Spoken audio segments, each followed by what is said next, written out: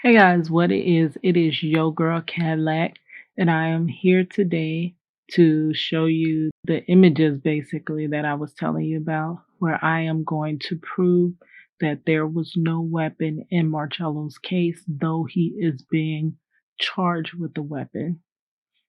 So, to just see the scene that they were at would prove everything. Like, I really wish the jury was able to see, like, if they really could, instead of just relying on your imagination of what you would think something would be, because every time someone introduces and says something different, you're going to imagine something different. I'm an artist. I know how to imagine and see things with my mind and then how I would see them in person. So, this is the actual scene where Marcello was arrested.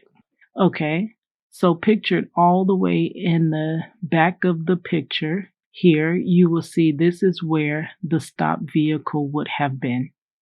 So that is where the vehicle stopped at the dead end. So when you see this dead end, you see how it's just a circle cul-de-sac, and then there's a set of railroad tracks, and then there's the road, Robinson Street, right? That's all that you see pictured there, and then the surrounding area. Okay, so when the car that Marcello was in ran a stop sign, and instead of pulling over, Marcello had got a ride from somebody. He got in the car and did not know that, the rest of his life was about to be ruined forever just by getting a ride. Instead of pulling over when the cop tried to pull them from running a stop sign, the car went around the block and then ended in this dead end cul-de-sac. The driver jumps out the driver's side and runs away and leaves Marcello in the car. Okay, so this is the stopped vehicle here, right? So there was a police cop chasing behind them. So the police officer said that they radioed for backup.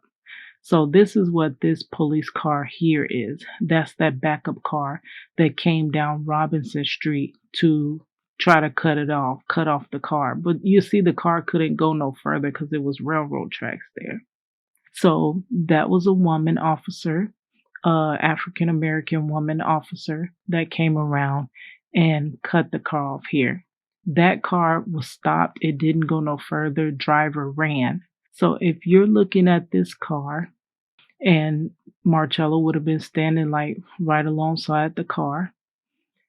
The cop was right here, and Marcello says from her accounts, and then also from accounts in the transcript, the lady officer pulled her weapon on Marcello and told him to walk towards her. So Marcello would have walked from that stopped vehicle that I have marked here over to where this police car is, and he was made to sit on the ground. Okay, so I have another view to show you. That's from one vantage point. Now, as we shift, vantage point, this is the second vantage point. So this is where I don't have the police car photoshopped on here, but the police car still would have been right here that the officer see. As you see, this is still Robinson Street, but now you're looking down Robinson Street instead of looking into the cul-de-sac. And Marcello would have been sitting like around right there on the ground when called over to the officer. You still see the railroad track there. And if I could have gotten the view even wider, you still would have seen the cul-de-sac on Beach Street where the stopped vehicle would have been. Let's shift again, shift this vantage point. Now with this wide angle, you can see that sign, that's still that same sign that Marcello would have been sitting alongside. And you still see the cul-de-sac where the stopped vehicle would have been. Now I did put some arrows so to direct your eyes. Now you see that's where Marcello would have been sitting, and that's where the stopped vehicle would have been in the cul-de-sac, right? So this is the true distance between Marcello and the stopped vehicle. Okay, let's switch around again. Now we're looking from the cul-de-sac. The car would have actually been stopped in this cul-de-sac, just like that car there. I don't know if the car was positioned in the same direction or whatever, but just as there's a stopped vehicle here, there was a stopped vehicle that Marcello Jackson got out of and walked across the railroad tracks to the officer. The driver jumped out and ran. Now, as we get closer, you can see it so you can see a little bit better. This is the cul-de-sac, and you still can see that sign where, Marcello would have been right across the street with that patrol car. And now I place markers on here. This is the cul-de-sac dead end at Beach Street. That's the final destination of that vehicle that Marcello received a ride home in. And there, as you see, that is the true distance. Marcello would have been on the ground there by that sign, and the stopped vehicle would have been right there. So these images prove two things. One, they prove there was no way that Marcello ran. They said that both suspects ran. One got away, but Marcello didn't get away. They caught him.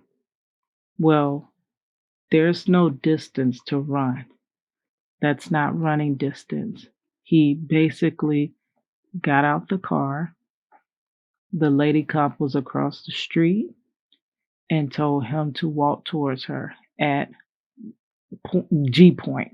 She had her G pointed on him. So that proves he didn't run because the distance is too short to run. And what it also proves is if they're saying that Marcello had a G on him that he used to rob two people, where could it have gone? If Marcello stepped foot out of this car in this cul-de-sac, right, and walked over to the officer, where could he have discarded that G? If in fact what they are saying is the truth beyond a shadow of a doubt, there is no way that they could have come to court and said that they do not have a G. But he had one, but they never recovered it. Look at this small area. Look at how small this area is. How could there possibly be a weapon and they not recover it? If there was a weapon, there is no possible way they wouldn't have found it, because all they would have had to look is from the patrol car to this car here that the suspect was riding in. There's nowhere else they would have need to look, right? And then, mind you, they said they had the whole perimeter blocked off. They had helicopters in the sky. They had dogs out there. So the stopped vehicle here, right?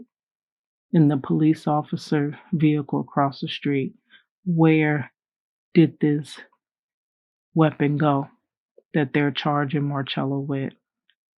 Can you even imagine a court trial with enhancements? Weapon enhancements is what's holding all the weight on Marcello being in prison for so long. Where you have a crime that is done with the weapon, it escalates. It makes it times a certain amount. So it wasn't just 10 years, it was 10 years times 4 for having a weapon, basically. But there is no weapon, and I'm showing you how there could be no weapon. If they had this weapon, why wouldn't they turn it in? Why wouldn't they bring it to court? Why wouldn't they show it to the jury? Why wouldn't they show it to the court? Why wouldn't they show it to the judge if they had this weapon? And if this weapon, in fact, was in that car with Marcello, how could it have gotten away and went missing? So, I don't know, guys. Anyway, I'm gonna stop right here. It's getting late, but I'm always fighting for my bae. All right. It's your girl Cadillac. It's a Cadillac.